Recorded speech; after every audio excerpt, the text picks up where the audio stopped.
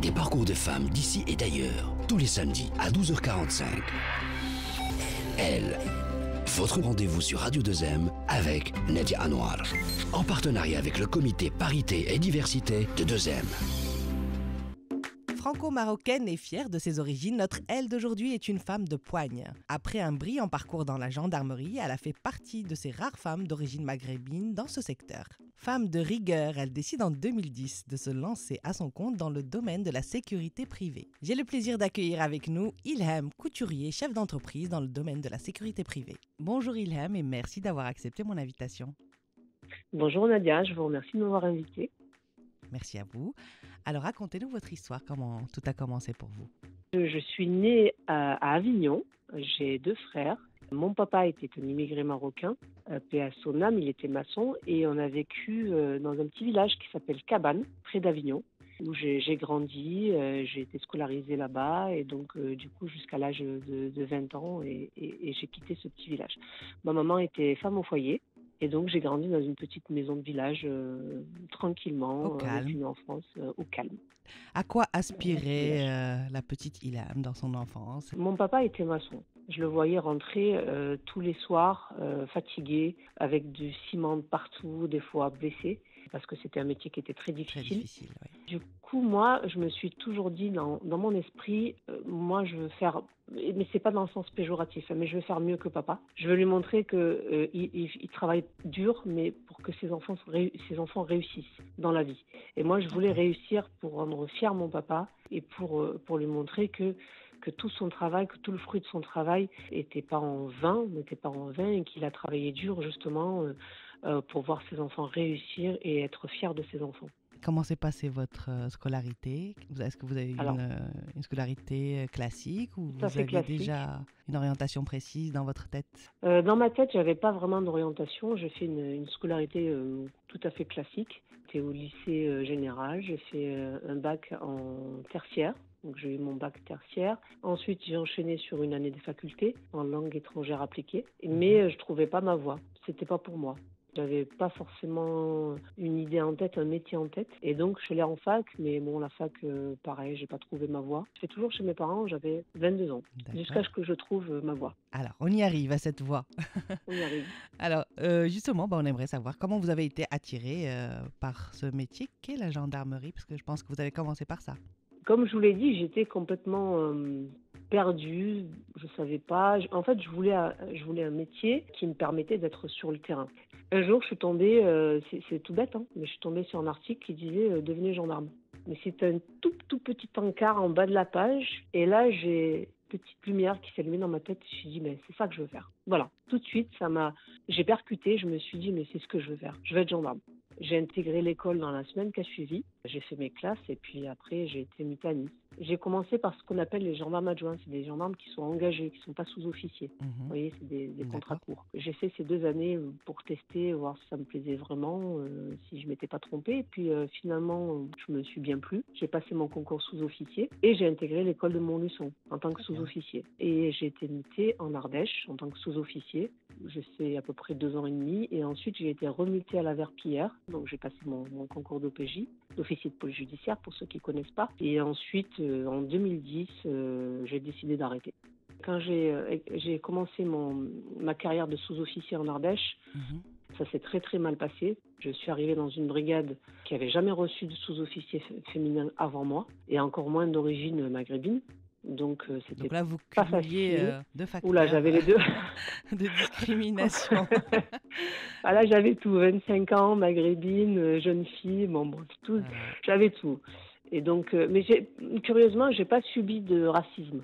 Par contre, j'ai subi de la misogynie de mes supérieurs et la discrimination, mais en tant que femme.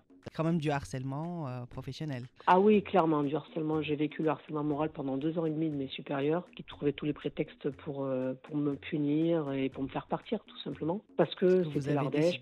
Voilà.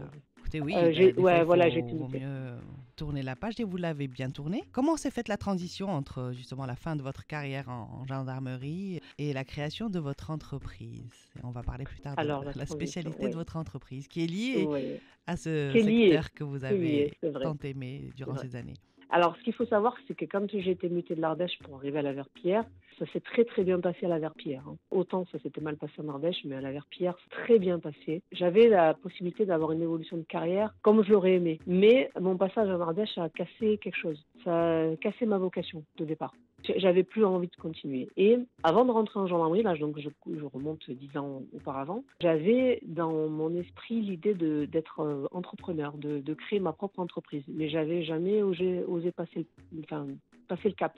D'accord. Donc c'est une graine qui avait germé et c'est ça, dans mon esprit. Vous avez fait pousser donc à j'ai ce moment-là. gardé, c'est ça. Bien. Je l'ai gardé dans mon esprit. J'ai fait ma carrière de gendarme. Et puis est arrivée cette fameuse période en 2010 où je me suis dit j'ai envie de partir, mais qu'est-ce que je vais faire? Ah ben je vais créer mon entreprise. Dans votre donc domaine ça s'est combiné dans mon et puis voilà, qu'est-ce que je sais faire? Je me suis posé la question. Ben je sais faire de la sécurité. Donc je suis passée de la sécurité publique à la sécurité privée. Comment ça s'est passé au niveau de la création de l'entreprise et par la suite de son développement? J'ai créé la structure en janvier 2011 et ensuite j'ai commencé à démarcher tout de suite.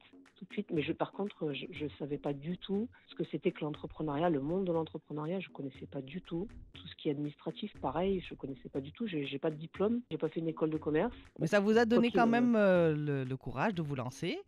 Et je pense que le plus dur, c'est justement d'avoir les parts de marché, le réseautage. La part commerciale, effectivement, c'est pas facile parce qu'il faut quand même démarcher les clients. Si vous voulez, on a eu de la chance parce qu'au bout de 3 mois, on a décroché un appel d'offres sur un chantier temporaire. Donc, c'est ce qui nous a permis de démarrer. Et ensuite, à force de démarcher, de frapper aux portes, d'envoyer des courriers, on a réussi, dans la même année, en 2011, à décrocher des magasins et avoir des clients. C'est ce qui nous a permis de démarrer.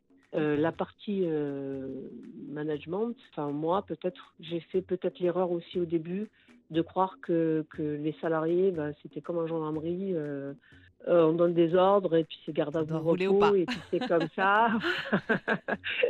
Et puis en fait, on s'est rendu compte, non, c'est le monde du travail et qu'on donne pas des ordres mais qu'on donne des consignes. Vous voyez, les mots ont leur sens. Donc on s'est pareil adapté, mais on a quand même gardé des qualités de la gendarmerie qui sont la discipline, des mots qui sont très importants pour nous, la probité, l'honnêteté, la ponctualité, la tenue. Tout ça, on l'a gardé, on le garde encore aujourd'hui. La rigueur. Je sais qu'en parallèle de votre parcours professionnel, vous êtes également très engagée dans la collectivité. Oui. Vous êtes vice-présidente du MEDEF. Du MEDEF, oui, du MEDEF en Isère, oui. Alors, on rappelle le MEDEF. Qu'est-ce que le MEDEF? C'est un syndicat patronal qui défend les intérêts des entreprises en France. Alors, Ilham, est-ce que vous pensez aujourd'hui que la communauté d'origine maghrébine se sent citoyenne à part entière en France? Je suis née en France, donc moi je me sens française, mais j'ai des parents qui sont marocains, donc je me sens marocaine aussi, les deux. La France nous donne la chance de pouvoir réussir, et dans tous les domaines. Le droit d'être citoyen à part entière de ce pays. Donc je pense qu'il faut, comme nos parents l'ont fait, nos parents, première génération, ils ont saisi leur chance, ils sont arrivés ici, même si c'était difficile, ils se sont battus. Et nous, on a cette chance d'être nés ici, d'avoir été à l'école, d'avoir la chance que nous offre ce pays de réussir, voilà, dans tous les domaines. Et je pense qu'il faut la saisir et pas se victimiser comme je le vois un peu de partout. On a vraiment beaucoup de chance de grandir dans ce pays. Effectivement, par rapport à d'autres pays, à d'autres contextes. Par rapport à d'autres pays. Et la France nous donne notre chance. Merci infiniment, cher Ilham, pour votre beau témoignage. Merci beaucoup, Nadia. Merci à vous de nous avoir suivis. Je vous donne rendez-vous samedi prochain pour une nouvelle histoire d'elle. Et en attendant, excellent week-end sur Radio 2M.